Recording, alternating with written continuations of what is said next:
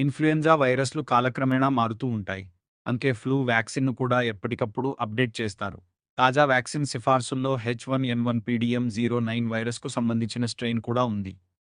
ముఖ్యంగా గుర్తుంచుకోవాల్సిన విషయం ఏమిటంటే, ఫ్లూ వ్యాక్సిన్ H1N1 ఒక్కదానికే రక్షణ ఇవ్వదు. సీజనల్ ఫ్లూకి కారణమయ్యే ముఖ్యమైన వైరస్ రకాల నుంచి రక్షణ కల్పించేలా దీనిని రూపొందిస్తారు.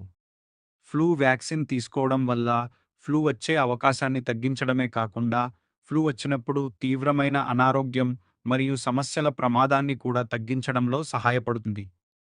వ్యాక్సిన్ తీసుకున్న తర్వాత రక్షణ ఏర్పడటానికి సుమారు 2 వారాలు పడుతుంది. కాబట్టి ఆలస్యం చేయకుండా మీకు ఫ్లూ వ్యాక్సిన్ అవసరమా అనే విషయాన్ని వైద్యుడిని సంప్రదించి తెలుసుకోండి.